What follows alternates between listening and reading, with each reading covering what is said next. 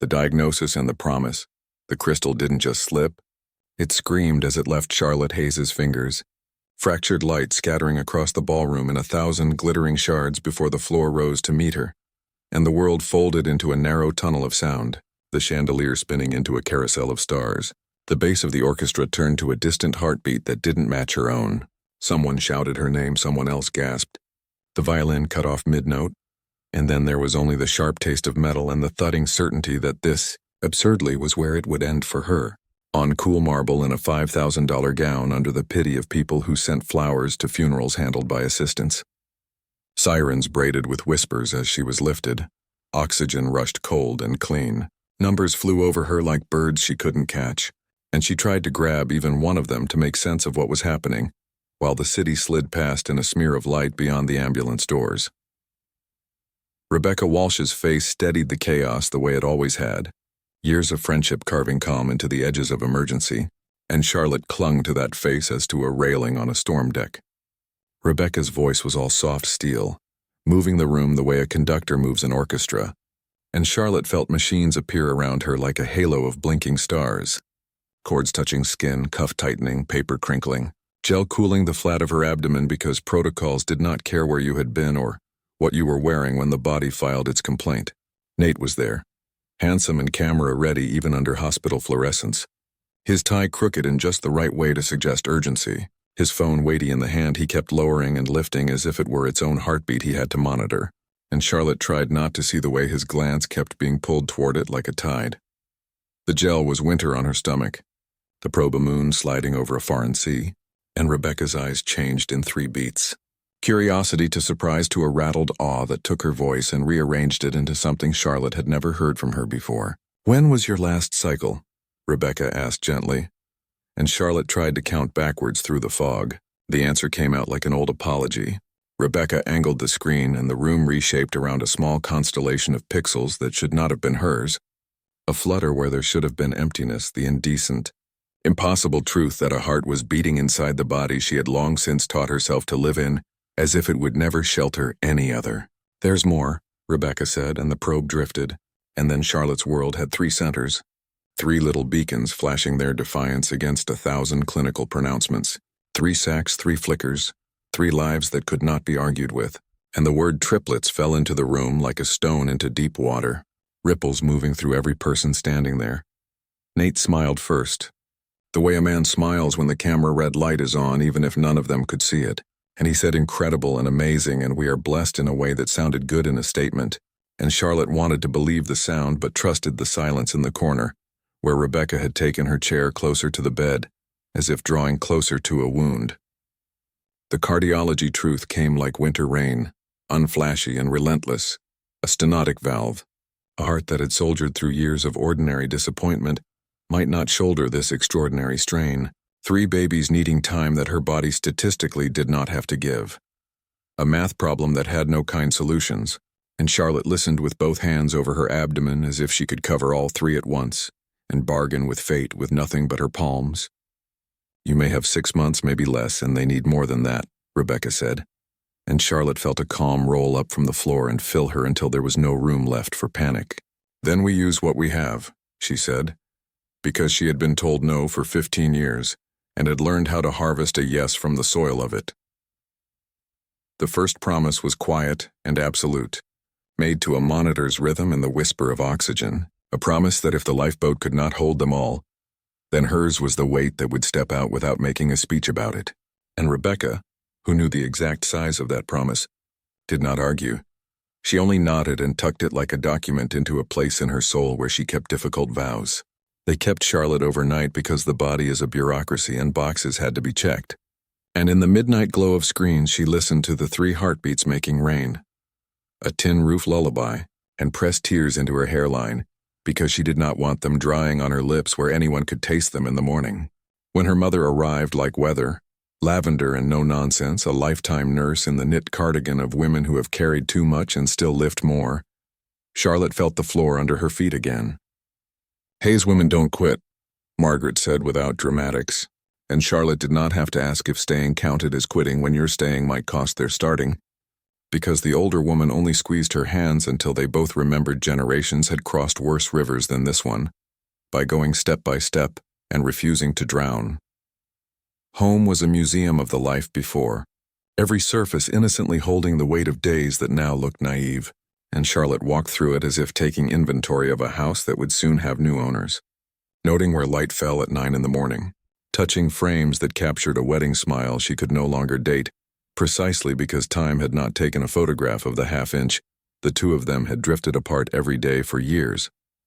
Nate promised to work from home and took calls in his study with the door almost closed, a politician's compromise, and Charlotte tried to forgive every vibration of his phone as proof of a man in demand, instead of proof of a heart in retreat. Grace arrived like a siren in a blanket, all loud love and sharp eyes, making jokes that landed like air and asking questions that left marks. And Charlotte loved her for both because the day would come when she'd need softness, and the day would come when she'd need truth. And not every friend could carry both and set each down at the right moment without dropping either. The first seed of doubt didn't come from a detective or a dramatic text. It came from a club receptionist who had been trained to be discreet and efficient, and who accidentally placed the world on a different axis with the casual mention of a navy jacket. "Sunday brunch," she said, and Charlotte smiled into the phone and felt the tilt, remembered Nate saying the office had eaten his Sunday whole, and stacked those two facts beside each other like mismatched books that eventually make a shelf lean.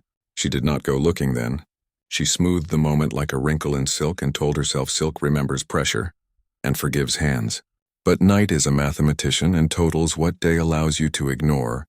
And as she lay beside Nate and listened to him breathe and pretended not to notice that his phone always slept face down now, as if private nights could be achieved by posture, Charlotte placed her palm over the small rise that was not yet a rise and promised the children the second promise. That whatever truth was hiding in their house would not be allowed to take food from their mouths or names from their birth certificates. The plan began as all serious plans do, with something ordinary, folders on a kitchen table, sticky tabs, a pen that glided, her mother's reading glasses low on her nose, Grace cross-legged in leggings like a lawyer in a different uniform. If the heart was a ticking clock, then paper would be armor. Medical directives that put the babies first without making the doctors villains. A durable power of attorney that did not care about anybody's feelings. A living trust designed by a woman who understood the business pages as fluently as the obituaries, and could read the space where those two sections sometimes touched. The trustee could not be Nate. That decision was not rage. It was risk management. He could love poorly and still be a decent man, but a decent man under pressure can be persuaded by someone whose lipstick knows how to whisper, and Charlotte did not intend to trust her children's future to the math of anybody else's desire. She met her attorney in a quiet office that smelled like paper and lemon. A woman with winter hair and summer eyes who listened without blinking to a plan that sounded cold and walked out hot. A blueprint for protection that held mercy in its ribs. The trust would vest upon proof of live birth. Guardianship would default to Margaret with Grace as co-guardian. The estate would bypass probate like a skier taking the clean line past a crowded lift line, and embedded in the center of it all was a simple detonator. The DNA clause, narrow as a needle and just as precise. On the day a court-approved lab said those children were biologically related to Nathaniel Sterling Hayes, every asset that might be parked in an LLC or smiling shell company would snap to the trust-like filings to a magnet. And anyone who tried to move anything after that date would discover that Charlotte had placed time locks into everything and hidden the keys inside requirements that did not negotiate, like audited statements and compliance letters signed by people who preferred not to lose their licenses. Rebecca managed the rest with the authority of a general who has learned to look like a nurse when that keeps soldiers calm. She assembled a team that had names for every problem Charlotte's body might present, from blood thinner adjustments to how to bargain for each extra day of gestation, as if minutes were gold coins. A recliner appeared in the living room that could tilt to exactly the angle the heart liked most. A blood pressure cuff lived on the end table like a pet. The house was quiet the way an ICU is quiet, full of listening. And every day Charlotte practiced a new skill, the art of stillness that is not surrender. She wrote letters on thick paper with a pen that turned her handwriting into something she could imagine her children tracing with a finger one day. Letters for birthdays and bad days and ordinary Tuesdays when the only thing that makes a person keep going is knowing. Someone once said you are worth keeping going, for Grace did the thing Charlotte had not asked for and would one day thank her for with a grief-sweet kiss on the cheek. She hired a man whose job it was to turn whispers into evidence. Frank Marino did not look like the movies. He looked like a person who remembers names and waits out lies, and he did not make speeches about betrayal. He made lists. His photographs were hard as receipts and unromantic as receipts, and when he slid them across the table at Grace's apartment, the city lights pretending to be stars outside, the story stopped being a doubt and became a document. The woman was named Vivian Cross because of course she was. Angles and gloss and youth curated like a portfolio. Promoted very quickly from assistant to strategy, which is a common career path for women whose actual role is unprintable. 14 months of careful logistics and the kind of smiles that know how to stay just outside of HR policy. Dinner in places with bathrooms where makeup can be fixed while texts are sent. Lingering in parking garages because elevators have cameras and garages have shadows. Grace did not call Charlotte that night because sometimes love is not telling the truth at the exact moment you want to tell it. Sometimes love is waiting one day because you know your friend's heart is borrowing time and your timing could hurt it. Charlotte felt the truth before she knew its details. Bodies know when their homes have been divided, and the househead tells now. Small and stupid and undeniable. A scent that didn't come from any perfume she owned. A receipt that had no business wearing their address. The behavior of a man who thought privacy and secrecy were interchangeable. She didn't explode. She tightened the net of her plan and she prayed. Not the kind of prayer that bargains for miracles. She was too seasoned for that, but the kind that asked for clarity and for the discipline not to mistake drama for justice. Margaret baked casseroles and installed safety bars and said nothing about the jacket or the late nights, because mothers are not the police.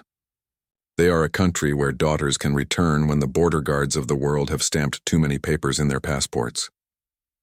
On a Wednesday morning that looked like any other, Charlotte sat at the kitchen table and traced the edge of an ultrasound photo with a fingernail. 3 small arcades of light, 3 stitched fireworks, and she realized that fear had finally ceded ground to something larger and cleaner. Love is a kind of governance, she thought, and I have a duty to govern well. If Nate had set fire to the field where their marriage had grown, then she would plant a forest somewhere else and make sure the children always had shade. She opened her laptop and recorded a video because paper holds ink and courts like paper, but children like faces. And one day when they asked who she was and why she did what she did, she wanted them to see her mouth shape the words "I chose you," and to hear the steadiness in her voice when she said it. She did not say anything unkind about their father. She said, "You come from a woman who did not flinch, and from a man who will learn, and from a grandmother who built lighthouses out of laundry days, and from an auntie who fights in yoga pants, and from a doctor named Rebecca, who is proof that science and mercy are sisters."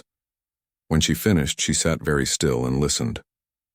3 heartbeats like rain, her own like distant thunder, and under it all the quiet hum of a machine on the counter that existed only to warm milk, and yet felt like part of a future that would arrive whether she attended it or not. She slid the video into a secure folder with a lawyer's label and a mother's tenderness. And then she stood, which took more effort than it used to, and went to the nursery that was still a white room waiting to be told who it needed to be. She leaned against the doorway and saw it dressed in color. Not cutesy, but kind, and for the first time since the chandelier had blurred into stars, Charlotte allowed herself to imagine the sound of 3 small laughs crowding the air and the heavy, holy work of soothing 3 separate midnights with one tired song. Outside, the city continued its ruthless ballet. People moving through their own catastrophes and salvations. Headlines being born in rooms where phones were always face down. Inside, a woman with a dangerous heart picked up a pen and wrote 3 names she liked in the corner of a notepad. Tried them with their father's last name because she was not petty. Tried them with hers because she was not weak. And circled the ones that made music. The plan would need sharpening. The time would need stretching. The truth would need sunlight. But for the moment, there were promises on the table, and a calm in her bones that felt like authority. She went to find her mother, who was in the guest room folding things into neat squares because order is one way of saying I love you when language is tired. And Charlotte said, "Mom, I'm going to win this," and Margaret, who knew winning sometimes looks like the gentle arrangement of the inevitable so it harms fewer people, nodded once and said, "Of course you are, baby. Of course you are." The betrayal in silence. The weeks that followed blurred into a strange, gentle war between life and death, fought in soft hospital lights and whispered checkups. Charlotte's days became carefully measured symphonies of blood pressure checks. heart monitoring, rest schedules, and whispered prayers. Every breath, every heartbeat felt borrowed. Yet through it all, her calm presence was almost unnerving, as if she'd already accepted the fragility of her time, and instead of fighting the inevitable, she was quietly shaping what would remain after her. Her mother, Margaret, had turned the Hayes mansion into a sanctuary of quiet strength. The kitchen, once a showpiece of luxury that Charlotte barely used, now smelled of soups and herbal teas instead of catered delicacies. In the living room, the recliner where Charlotte spent her days faced the garden, her sanctuary, where she often whispered to her unborn children about the world they would soon inherit. She spoke softly to them, calling them by the nicknames she'd given each: Star, River, and Hope. She believed that speaking to them helped them feel wanted, helped them know that they were born from love, even if their father had long forgotten what that word meant. Nate's presence had become more like a shadow than a comfort. His words were always warm but hollow, each phrase polished like a press release. Phrases such as, "You need to rest, honey," or "I'm proud of you," but his eyes were always elsewhere.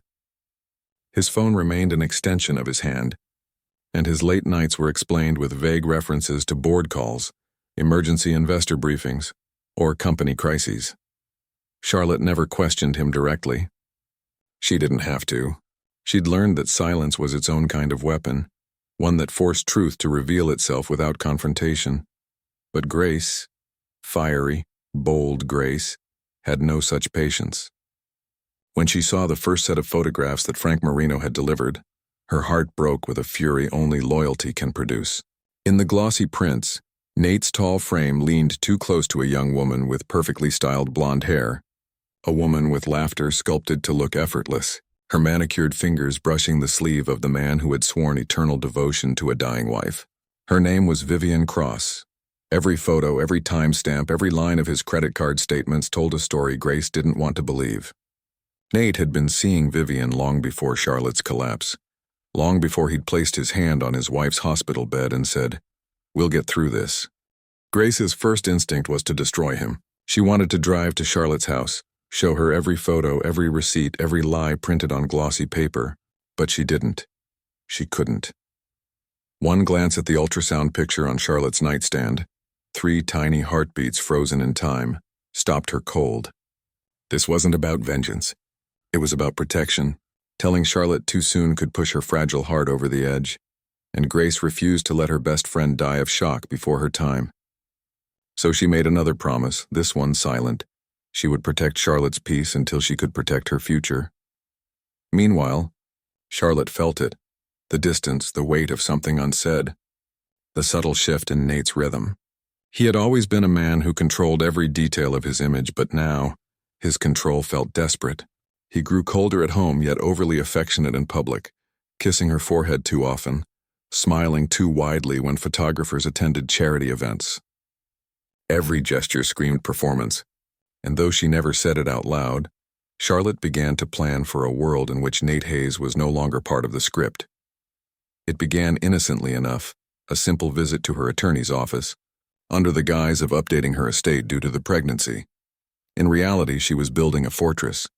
Together with her lawyer, she quietly shifted asset control. All personal accounts became co-held with her mother. A family foundation was created in the unborn triplets' names.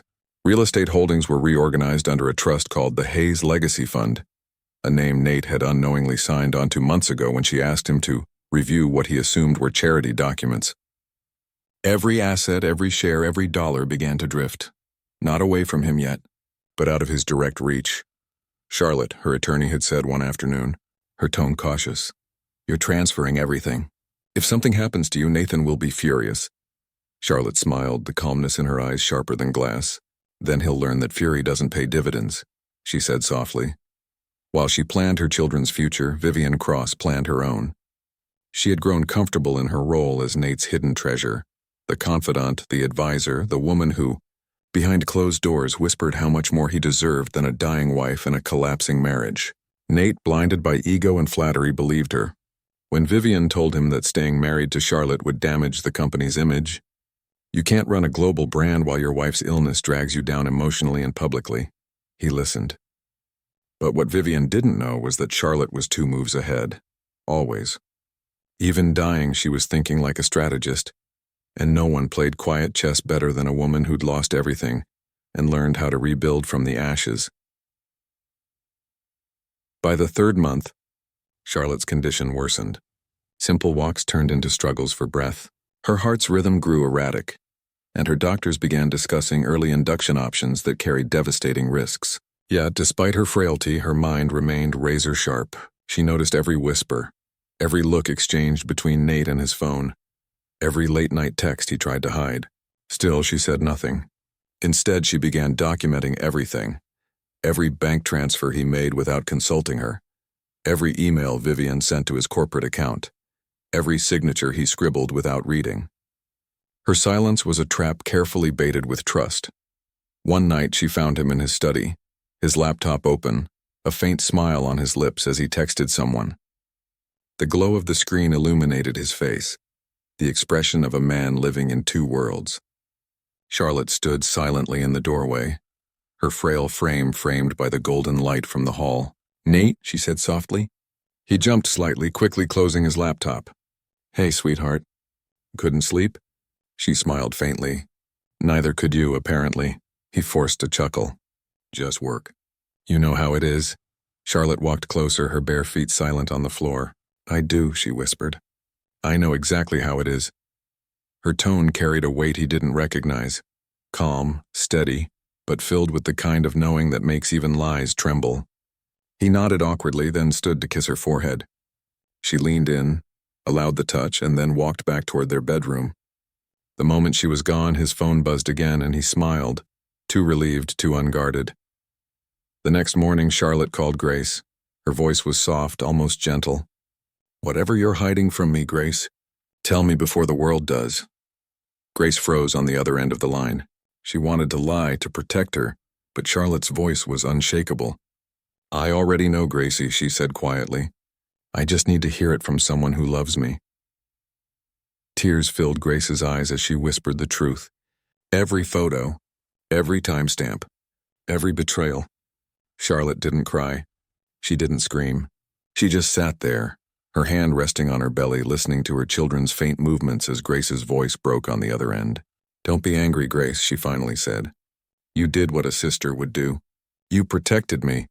"What are you going to do, Char?" Grace asked through tears. Charlotte looked out the window at the first light of dawn touching the city skyline. Her eyes were clear, determined. "I'm going to finish what I started," she said. "He's planning his future. I'll write ours." From that day forward, everything changed. Charlotte no longer moved like a dying woman. She moved like a strategist racing against time. She met with her lawyer weekly. She began recording private video messages addressed to each of her unborn children. Messages filled not with sorrow, but with wisdom. "Never let wealth blind you," she told them. "Let compassion be your currency." She wrote letters to Margaret, to Grace, to Rebecca, each one sealed with instructions for what to do if I can't say goodbye myself. At the same time, Nate's double life began to crack under its own arrogance. He started moving money secretly, or so he thought, transferring funds from joint accounts into private holdings. But every transaction triggered silent alerts sent to Charlotte's attorney. She had turned her own marriage into a web of data, and Nate was walking into it step by step. Vivian whispered fantasies of marriage and empire. Charlotte whispered reality into the paperwork that would dismantle both when the time came. The day she went into early labor, the sky was gray, a storm pressing against the windows like a warning. Charlotte was rushed to the hospital, her body failing but her will unbroken. Nate arrived hours later, panic written across his face but guilt flickering behind his eyes. As doctors and nurses surrounded Charlotte, she grabbed Rebecca's hand. "If anything happens," she gasped, "make sure they're tested. DNA, immediately." Rebecca froze. "Charlotte, promise me," she cried. "Promise me, Becca." Rebecca's hand tightened. "I promise." And as the machine screamed and the monitors danced, Charlotte whispered to her unborn children, her voice barely a breath. "Your father may not know who he is, but I do. And I made sure the world will know who you are." The storm outside broke just as she was wheeled into the operating room, thunder rolling like destiny announcing itself. And for the first time in months, Charlotte smiled. Not because she wasn't afraid, but because she had already won, even if no one knew it yet. The mistress moves. The board sways. When Charlotte Hayes slipped beneath the haze of anesthesia, the world outside her hospital room was already rewriting itself. The storm that had pounded against the glass hours earlier had moved east, leaving behind an eerie calm, as if nature itself was pausing to see what would come next. Rebecca Walsh stood at the foot of the surgical table, her mask pulled tight, her eyes glistening under the harsh light. Every beeping machine, every drop of IV fluid, every movement in the room felt monumental, because every second was a fight between life and death. The team worked with mechanical precision. 3 small lives, fragile yet fierce, came into the world before dawn. 3 cries pierced the silence, soft, wet, beautiful, and though Charlotte could not respond, her lips parted as if she heard them. Her pulse flickered like a weak flame, refusing to extinguish until she knew they were safe. When the last child was lifted, Rebecca leaned close and whispered into Charlotte's ear, her voice breaking. "They're here, Char, all 3. You did it." And for a heartbeat, Charlotte's expression softened into a smile that only mothers make, the kind that belongs halfway between love and eternity. Hours later, the hospital corridors buzzed with whispers. A billionaire's wife had given birth to triplets under impossible conditions. News outlets caught the story, the kind of miracle headline that brightens an otherwise bleak news cycle. Against all odds, woman with fatal heart condition gives birth to 3 healthy babies. But behind that fragile miracle, the story brewing was far darker. Nate Hayes, the billionaire husband in question, was not at the hospital when his children took their first breaths. He arrived 3 hours later, his suit immaculate, his tie perfect, and his expression carefully composed. To the cameras, he was the picture of a loving, concerned husband. But to Rebecca, who had known him for years, his grief was rehearsed. He said all the right words for the nurses, the press, the family. He thanked the doctors. He wept in the right tone. Yet when he looked through the glass at the 3 incubators that held his legacy, his jaw tightened. Not in love, but in calculation. Charlotte remained in critical condition. Machines kept her alive, her body too weak to recover from the ordeal. Her heart had done the impossible, but it had burned itself out in the process. Rebecca refused to leave her side. Margaret, gray with exhaustion, prayed at the foot of the bed, whispering words that fell like soft rain over her daughter's still form. Grace sat in the corner, her hands clenched, tears leaving silent tracks down her cheeks. Nate stood near the doorway, his phone buzzing endlessly, his voice low as he fielded urgent matters related to the company. Even here, even now, business found him. Or maybe he found it because it was easier than facing what waited for him in that hospital bed. By the 3rd day, the inevitable happened. Charlotte's heart, that defiant drum that had carried her through 15 barren years and 1 miraculous pregnancy, finally stilled. The machines sang their mournful chorus. The nurses moved with soft hands. Rebecca whispered goodbye through a trembling mask. Margaret collapsed into Grace's arms. The headlines the next morning told the world that Charlotte Hayes, beloved philanthropist and mother, passed peacefully after bringing new life into the world. What they didn't say was that she left behind more than children. She left behind a plan so meticulously crafted that no one yet realized they were standing inside her final move.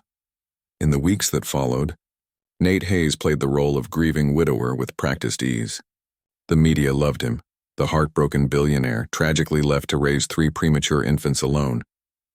Every public appearance was choreographed. He stood outside the hospital with tears in his eyes as the cameras flashed, speaking about his wife's bravery and his commitment to honor her memory. But when the cameras stopped, the mask dropped. He delegated the children's care to round-the-clock nurses, instructing that the twins be moved to a private neonatal unit under his company's name. Margaret objected, furious, but Nate used his power of signature to overrule her. "It's better for them," he said coolly. "They'll have the best care money can buy." He didn't add that it also meant keeping them out of her reach and under his control. Vivian Cross, meanwhile, stepped out of the shadows. She began appearing at Nate's side under the guise of executive support, a polished presence at board meetings, charity dinners, and media briefings. To the world, she was the efficient, intelligent aide helping a broken man manage his empire. To those who looked closer, she was something more. Too comfortable, too poised, her eyes filled with the confidence of someone who believed she'd already inherited what wasn't yet hers.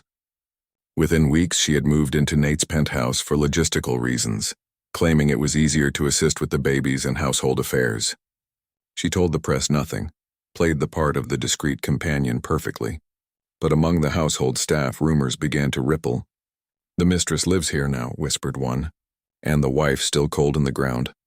What Vivian didn't know, what Nate himself barely understood, was that Charlotte's ghost was still walking the halls of their lives, not as a spirit, but as a presence woven into every document, every clause, every locked file she had left behind. Her lawyer, a composed woman named Evelyn Sharp, arrived at Hayes Tower exactly 4 weeks after the funeral, carrying a sealed briefcase and a calm smile. The meeting she requested was mandatory, per Charlotte's final will. The board of Hayes Global assembled reluctantly, most expecting a brief reading of a will and a swift distribution of assets to Nate, as was customary. Instead, what they received was the opening act of Charlotte's final masterpiece. Evelyn stood at the head of the long conference table, her tone precise and deliberate. As stipulated by the late Mrs. Hayes, all matters concerning her estate, trusts, and future guardianship of her children must be presented in full transparency before this board. "I will begin with the foundational trust documents." She clicked her tablet and the wall screens flickered to life.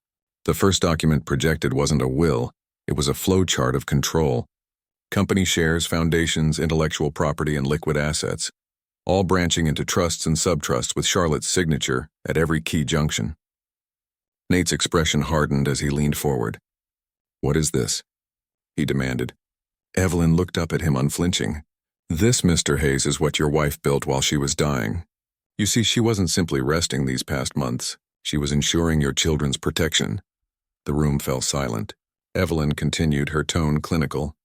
"Per Mrs. Hayes's instructions, full control of the estate and a majority voting share in Hayes Global will transfer not to you, but to the Charlotte Hayes Legacy Trust, to be managed by appointed trustees until her children reach legal maturity. You will receive an allowance for caretaking expenses, reviewed annually by an independent auditor. Furthermore, all transfers made from joint marital accounts in the last 6 months are under investigation by forensic accountants retained by Mrs. Hayes prior to her death." She paused, her gaze cutting into him. "It appears your late wife suspected discrepancies." Vivian's face drained of color. Nate stood abruptly. "This is absurd. My wife was not in her right mind. She was dying, drugged, manipulated." Evelyn interrupted him smoothly. "Your wife was fully lucid. Every document is notarized, witnessed, and time-stamped. Her medical team verified her mental capacity. She anticipated that you might object, Mr. Hayes, and therefore arranged for automatic court submission in the event of challenge. I assure you everything is legally binding." Whispers erupted around the table. Board members exchanged glances. The once unshakable image of Nate Hayes was starting to crack. Then Evelyn delivered the final strike. "There is one final clause," she said quietly. "Per Mrs. Hayes's explicit direction, all heirs and guardians are subject to verification through DNA confirmation." The testing was ordered prior to her death and completed posthumously under court seal. "The results will be released today." Vivian's hand froze halfway to her glass of water. Nate's jaw locked. Evelyn set a thin envelope on the table. "This," she said, "contains the official results." No one breathed as she opened it, unfolded the document, and read aloud. "DNA results confirm that all 3 infants identified as A, B, and C are biological offspring of Nathaniel Sterling Hayes and Charlotte Marie Hayes." She let the silence sit heavy before adding, "There are no other biological heirs." The words landed like a blade. Vivian's composure shattered. Her glass tipped, spilling water across the table. "That can't be right," she blurted out, her voice rising. "There must be a mistake." He said. She stopped herself too late. Eyes turned toward her, confusion and disgust swirling through the room. Nate's face burned crimson, rage and panic fighting for dominance. "Vivian," he hissed under his breath, "enough." But she wasn't listening. "You promised me everything," she snapped, her voice trembling. "You said once she was gone." Evelyn's cold gaze cut through her rant like a knife. "I think that will be all, Miss Cross. Security will see you out. Vivian stood there, trembling, realizing too late that she had just confessed everything in front of witnesses who mattered. When the guards escorted her out, she looked back once at Nate, eyes full of betrayal and disbelief. But Nate wasn't looking at her anymore.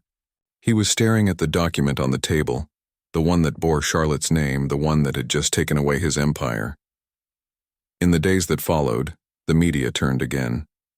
The mistress was exposed. The grieving husband became the man who had tried to cheat his dying wife's legacy. Board members began distancing themselves from Nate. Investors whispered about scandal and leadership instability. Hayes Global's stock took a sharp hit, and for the first time in his career, Nate realized he could not buy back respect. Charlotte's plan had done what she could not in life, made the truth undeniable. At home, Margaret held the 3 infants close, their tiny breaths warming the soft blanket she wrapped them in. Grace watched over them, tears in her eyes, whispering, "Your mother did it. She saved you." Rebecca visited often, reading aloud from Charlotte's letters, messages she'd written for milestones yet to come. In one, addressed to My Little Stars, Charlotte had written, "If you're hearing this, it means I'm not there to hold you. But know this, everything I did, every breath I fought for was to make sure no one could ever take what's rightfully yours. You were born into a world built on your mother's love, not your father's power. Remember that difference. It will guide you."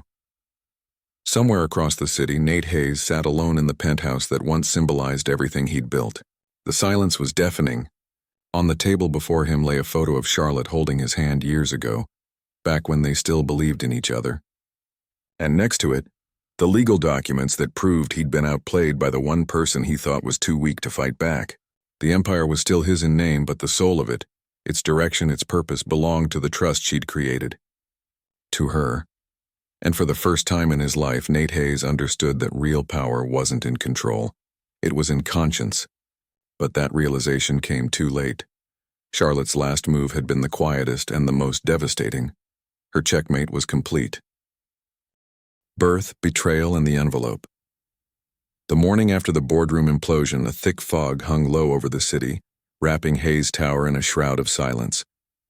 Inside, everything that had once symbolized control, the gleaming glass offices, the constant rhythm of ringing phones, the hum of powerful conversations, now felt suffocating. The empire that Nathaniel Hayes had built with precision and arrogance was cracking beneath the weight of whispers. His assistant's desk sat empty, the seat where Vivienne Cross once perched replaced by the cold absence of scandal. Every elevator ride, every hallway walk was filled with sidelong glances and hushed voices. The world was beginning to understand that the billionaire they had admired for his composure was not a hero. He was a man exposed by the woman he had betrayed. In the penthouse, the curtains remained drawn. Nate sat in darkness, whiskey untouched on the table beside him, staring at the city that no longer seemed to belong to him. For years he had believed that wealth, charisma, and strategy could insulate him from consequences. But Charlotte's plan had stripped all illusion from him. Every legal clause she had written, every notarized signature, every line of her final will was now closing around him like invisible steel. He could not access company funds without trustee authorization. His board had voted to remove him from several key positions, pending investigation. The mansion, the one he and Charlotte had shared, now legally belonged to the Children's Trust. The car he drove, the penthouse he lived in, even the credit cards he used were tied to corporate accounts that would be audited monthly by an independent committee. Charlotte had turned his entire kingdom into a cage, and the locks were shaped like her name. The media, hungry for blood, had turned Vivienne's face into a cautionary tale. Tabloids published photos of her leaving Nate's penthouse, mascara streaked, her designer coat slipping off one shoulder as flashbulbs exploded around her. The headlines were merciless. Billionaire's mistress exposed. The other woman behind the Hayes scandal. In less than a week, her name was synonymous with disgrace. The investors who once saw Nate as an untouchable visionary now saw him as a liability, and Hayes Global's stock continued to sink. In every story written about the fall of the Hayes dynasty, one name rose instead: Charlotte Hayes, the quiet woman whose love, foresight, and sacrifice had not only saved her children but also restored faith in the human soul. At the heart of this storm, life continued for the 3 tiny heirs she had left behind. Margaret and Grace shared the duty of raising them, transforming Charlotte's mansion into a home filled with warmth rather than wealth. The nursery glowed with soft light, gentle music, and framed letters Charlotte had written before her death. Each crib bore a nameplate: Stella Grace Hayes, River James Hayes, and Hope Charlotte Hayes. The triplets grew stronger with each passing day, and though they would never know their mother's touch, her presence filled every corner of the house. Margaret would often sit by their cribs at night, telling them stories about the woman who gave everything for them. Her voice a fragile mixture of love and pain. One evening, as rain whispered against the windows, Grace sat in Charlotte's old office, sorting through boxes of her personal things. Each item carried a memory: the scent of her perfume on a silk scarf, the faint pen marks on her notebooks, the framed photo of her and Nate before their smiles became rehearsed. Beneath a stack of documents, Grace discovered an envelope sealed in deep red wax, marked in Charlotte's elegant handwriting, "To be opened only upon my death. Rebecca Walsh, Margaret Hayes and Nathaniel Hayes present." Grace's hands trembled as she read the names. She knew what this meant. One last instruction from Charlotte. One final piece of the puzzle she had left behind. 2 days later, the 3 of them gathered in the same office where Charlotte had once planned her empire of love and revenge. The room was heavy with memory. Rebecca sat closest to the window, her face pale but resolute. Margaret held a small blanket folded in her lap, one of the triplets, as if the warmth of new life might make the next moments easier. Nate arrived last. He looked older, his once polished confidence replaced with exhaustion. His cufflinks were mismatched, his hair slightly disheveled, but his arrogance still clung to him like a ghost he couldn't exorcise. He said nothing as he sat down. Grace broke the wax seal and pulled out a single folded sheet of ivory paper. Charlotte's handwriting flowed across the page in blue ink, graceful and deliberate, as if she had written it slowly, knowing each word would have to outlive her voice. Grace began to read aloud. "If you're reading this, it means I have gone where my heart has always known it must. Not away from you, but beyond you. I ask that the 3 of you be present, because each of you holds a piece of my story that I want my children to inherit in truth, not in rumor. Margaret, my mother, you taught me strength without cruelty. Rebecca, my sister in science and soul, you taught me that knowledge without compassion is hollow. And Nathaniel." Grace's voice faltered as she glanced at Nate, who stared at the table, his expression unreadable. She continued, "You taught me that love, even when betrayed, can still build something lasting if it chooses purpose over pride. You gave me 3 miracles. For that I forgive you. But forgiveness does not erase consequence, Nathan. I ask that the trust be structured this way not to punish you but to teach you. Wealth without integrity is rot, and I could not leave my children's future in rot. What I built will remain untouched by your mistakes because they deserve a world defined by care, not corruption." Tears slid down Margaret's cheeks. Grace swallowed hard and read on. "If one day you decide to change, truly change, and the trustees will know, there is a clause allowing you to earn back guardianship rights not through money or power, but through proof of action. You must volunteer at the foundation in my name for 1 full year, anonymously, not as Nathan Hayes, CEO, but as a man willing to lift what he once ignored. Only then will you understand what real legacy means. I built that test because love, even when dying, deserves a chance to redeem what it once was." Grace's voice cracked as she reached the end. "Lastly, to my children, if this letter is ever shown to you when you are grown, know this. You were my reason, my rebellion, and my reward. Every beat of my heart belonged to you. The world may tell you I died, but I didn't. I simply traded places. I live inside you now. Every time you fight for what is right, you will hear me. Every time you love deeply, you will find me. With all that I was, all that I am, and all that I will ever be, Mama." The silence that followed was unbearable. Rain pattered softly against the window, the sound of tears that no one could hide. Margaret pressed the blanket to her chest, whispering, "My baby girl." Rebecca covered her face with both hands, trying to contain her sobs. And Nate, for the first time since Charlotte's death, broke. The man who had faced markets, scandals, and boardrooms without blinking now wept silently into his hands, each tear erasing a layer of the arrogance that had once defined him. After that day, everything began to shift. Nathan withdrew from public life. He sold the penthouse and moved into a smaller townhouse on the edge of the city. The media lost interest, chasing newer scandals, and time began its quiet work of erasing noise. But those closest to Charlotte knew better. Her plan had not only dismantled a fortune, it had rebuilt the man who once took it for granted. A month later, a quiet figure appeared at the Charlotte Hayes Foundation, volunteering under a false name. He sorted donations, helped with logistics, and served meals at homeless shelters sponsored by the trust. The staff never knew who he really was, but Rebecca did. She watched him from afar, knowing that somewhere deep inside, Charlotte's final wish was being fulfilled. Meanwhile, Grace and Margaret continued raising the triplets. They grew into bright, curious toddlers with Charlotte's eyes and her fierce, unyielding determination. The house echoed with laughter and small feet, filled with warmth instead of the cold perfection it once carried. Rebecca visited often, her medical expertise guiding the children's growth. On quiet evenings, they would sit together, reading Charlotte's letters, and marvel at how even in death, her words continued to shape the living.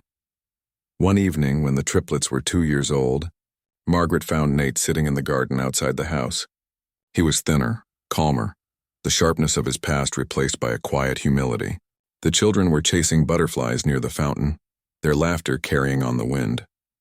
He watched them with tears in his eyes, whispering, "She lives in them." Margaret placed a hand on his shoulder, her voice soft but steady. "She always will. You just had to open your eyes to see it." Far away in a vault in Evelyn Sharp's office, Charlotte's final set of documents rested undisturbed, sealed instructions for the Trust's long-term mission. They outlined expansions for women's health programs, scholarships for underprivileged students, and medical research funds in Rebecca's name. Every part of her plan, even after death, pointed toward creation, not destruction. She had turned her pain into architecture, her heartbreak into foundation stone. Charlotte Hayes had built a fortress not from concrete and steel, but from courage and foresight. Her love had transcended betrayal. Her forgiveness had reshaped a dynasty, and her final letter had rewritten what legacy truly meant. The reading, the results, the reckoning 15 years later. The city skyline looked different, taller, brighter, busier. The glass towers had multiplied, and the pace of life had only quickened.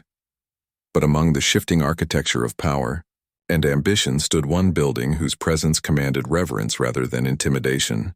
The Charlotte Hayes Foundation for Human Resilience had become a global beacon of hope. What began as a series of small medical grants and scholarship funds had expanded into a multi-continental network supporting women's health, education, and social equity. Its logo, a heart enclosed within 3 interlocking circles, was known in every corner of the world.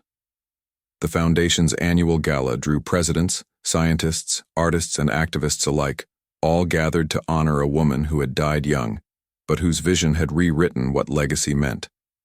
And though Charlotte Hayes had been gone for nearly 2 decades, her name carried more power than ever before. Inside that building, on a quiet afternoon lined with the soft hum of administrative life, a young woman stood by the window, her reflection caught between sunlight and memory. Stella Grace Hayes, now 17, had her mother's eyes, that same calm fire, that same quiet intelligence that made people listen without understanding why. Her twin brother, River James Hayes, sat at a nearby desk, his long fingers drumming.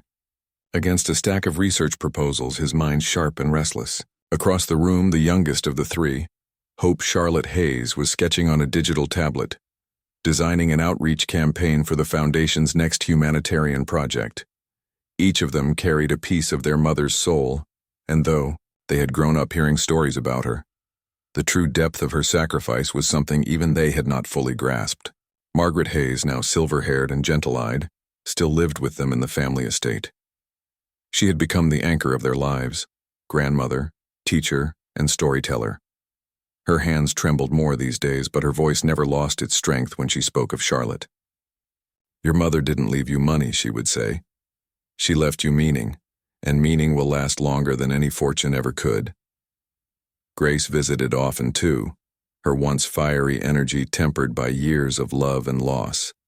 She managed the Foundation's media and communications branch, ensuring that Charlotte's name was always tied to hope, never scandal. Even Rebecca Walsh, still working in medical research, had become something of a legend herself, the doctor who delivered life from the brink of death.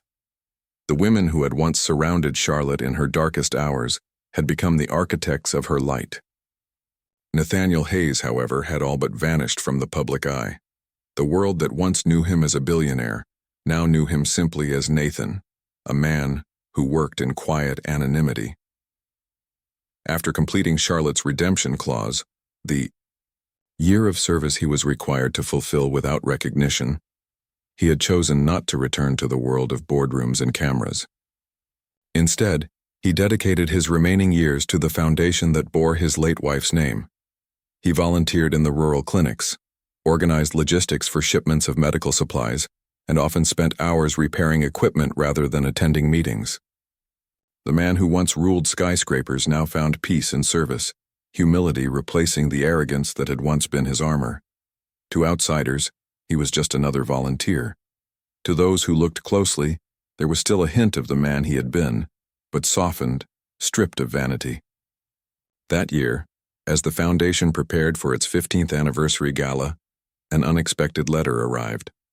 It was sealed in the same red wax that Charlotte had used on her first envelope so many years ago. The seal bore the initials CH entwined within a circle, her personal mark. The envelope had been kept locked inside a safe deposit box, programmed for timed release exactly 15 years after her death. Rebecca was the one who received the notice. When she saw the seal, her breath caught. She called Grace and Margaret immediately. Within hours, they were all gathered again, the same trio who had once sat trembling around Charlotte's last letter. But this time they were joined by the three who bore her legacy. The meeting was held in the Foundation's top-floor boardroom. The air was thick with anticipation. Stella, River, and Hope sat side by side, their expressions a mixture of curiosity and unease. Margaret, though frail, insisted on reading the letter herself. Her hands shook as she broke the seal, but her voice, when it emerged, carried the same authority that had once comforted a dying daughter. To my children, if you are reading this, it means you are grown and the world is now yours to shape. I imagine you with eyes bright and minds fierce, the way I once dreamed of you. I left this letter not to bind you to the past, but to free you from it. You will have heard many stories about me by now, about my illness, my fight, my choices, but you deserve to know the truth behind the silence that came before it. The room grew still. Margaret paused, tears gathering at the edges of her eyes, then continued. Before you were born, your father and I were at war, not with each other, but with our own weaknesses. I loved him once, more deeply than pride ever allowed me to say. His betrayal broke something in me, but it also built something stronger. Every choice I made in those final months was to protect you from becoming victims of our mistakes. I could have left the world in anger, but I chose love instead. Love in the form of law, of structure, of protection. But I also left something unfinished, a truth that must now belong to you. Margaret looked up. The room was silent except for the faint sound of rain beginning to fall against the windows, as if history were repeating itself. She continued reading. Inside the vault at the Foundation, under the file labeled Origin, you will find a small silver box. In that box are three things: a copy of my original medical report, my personal journal from the last 6 months of my life, and a recording. The journal will tell you what I could not say aloud. The recording will show you what I could not bear to say. And the medical report, well, that will tell you why you are truly my miracles. Margaret's voice trembled as she finished. The 6 people in the room exchanged looks that spoke of fear, wonder, and reverence. River was the first to stand. Then let's open it, he said simply. His voice was deep now, steady, but beneath it was the same boy who had once fallen asleep to stories of a mother he'd never met. The vault was opened that evening. Inside the labeled file lay a small silver box, exactly as Charlotte had described. Rebecca opened it carefully. Inside were 3 neatly stacked items: a folded medical report, a leather-bound journal, and a small drive labeled For my children, play when you're ready. Stella's hands shook as she inserted the drive into the boardroom console. The screen flickered, then filled with the soft image of their mother. Charlotte sat in her hospital bed, pale but radiant, her hair tied back, her eyes warm and alive. She smiled faintly. "Hello, my loves," she began, her voice soft and steady. "If you're seeing this, then my story has become part of your history. But I don't want you to think of me as a ghost. I want you to think of me as a promise. The promise that love, even when tested, can build empires of kindness." Her tone shifted, heavier now, more deliberate. "When I was told I couldn't have children, I didn't give up. I believed that miracles belong to those who prepare for them. But when I finally became pregnant, the doctors told me something else, that the pregnancy itself would kill me. What I didn't tell anyone was that they also said the odds of all three of you surviving were nearly impossible. You were conceived naturally, without treatment, without science, no explanation. That's why the doctors called you the Impossible Three. You were not just born of love, you were born of defiance, of the universe itself saying yes when everything else said no." Tears flowed freely now. Margaret clutched the edge of the table, Grace pressed her hand to her mouth, and Rebecca bowed her head in silence. Charlotte continued, "Your father may have lost his way, but I never wanted you to grow up hating him. The world will tell you he failed me, but I tell you he helped create you. Without his mistakes, there would have been no plan, no foundation, no legacy. You are the product of every joy and every sorrow that came before you. I hope you carry the light of both, not just mine." She paused, her eyes softening, her voice lowering to a whisper that felt like a heartbeat. "There will come a day when someone will try to take what belongs to you, maybe money, maybe power, maybe peace. On that day, remember who you are. You are Hayes by name, but by nature you are love turned into action. Don't fight for control. Fight for compassion. That's what wins wars worth fighting." The screen faded to black. The silence that followed was thicker than air. Stella was the first to speak, her voice trembling. She knew everything. She planned for everything. Margaret nodded slowly, her eyes distant but proud. "Your mother was the kind of woman who could see tomorrow even when she was dying today." That night, as the family gathered in the garden under the soft glow of lanterns, the triplets, no longer children but young adults, standing at the threshold of their own futures, made a vow. They would continue what their mother began. River would oversee the foundation's expansion into environmental research, linking sustainability with health equity.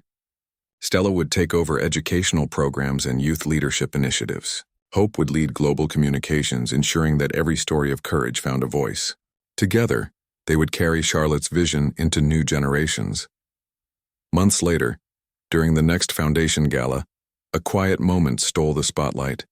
Nathan Hayes, now aged in gray, took the stage unannounced. The crowd fell silent.